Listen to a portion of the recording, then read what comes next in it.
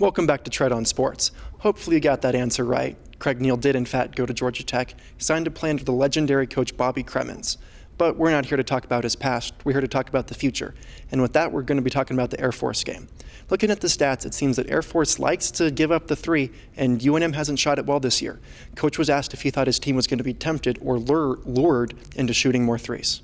I think there'll be some guys that are capable of playing this game that haven't played that can make three-point shots. I don't think we'll be lured into it, but I think we have one of the best three-point shooters in the conference in Elijah Brown. I think Dane's going to be back, so I think that'll help. I think Jordan Hunter can make those shots.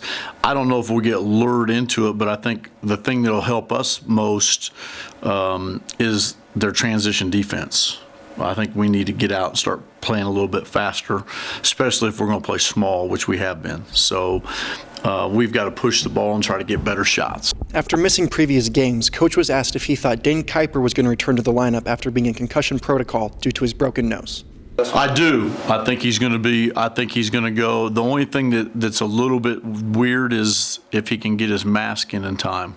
He doesn't have to wear one, but that's his choice. So he'll do non-contact practice today, and then he'll be full bore tomorrow with a full contact practice. Now, if he goes through that well, and there's no issues, he'll get reevaluated after that, and then they'll make a decision. So I'm hoping he's back. With the talk that the Mountain West is going to be a one-bid conference, whoever wins the conference championship in March, Coach was asked if the outcome of these next 5 or so games really matter, or if he's only looking for improvement from his team.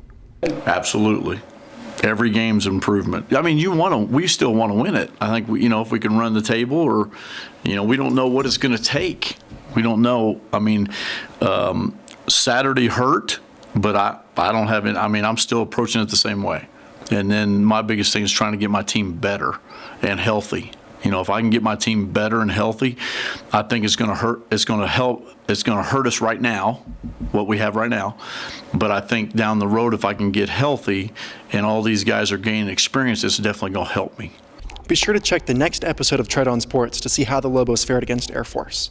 Unfortunately, no trophies will be handed out after that game, and everyone likes winning trophies. So let's talk about a game where they did hand out trophies. Last weekend, the New England Patriots faced off against the Atlanta Falcons.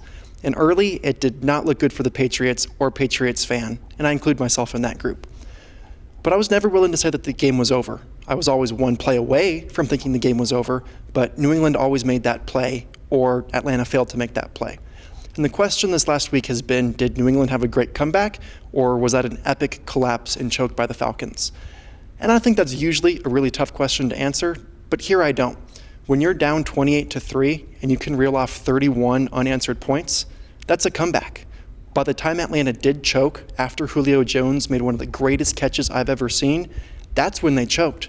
But the Patriots had already come back. They were within striking distance. No mistake Atlanta made really benefited the Patriots until that 4.5 minutes, and Kyle Shanahan decided to throw the ball instead of running the ball. That seems to be the success for the Super Bowl. Have the other team throw the ball when they should run the ball.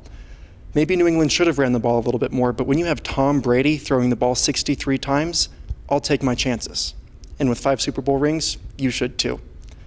This was the Tread on Sports, where we looked at the UNLV and San Jose State games, and then heard what I had to say about the big game in Houston. Here, we're wrapping up here at the Lobo Den, so be sure to stop by 90 minutes before game time to get your favorite t-shirt or hat. Thanks for watching. This has been Tread on Sports. Highlights from recent Lobo games, plus coaches' comments and player reactions.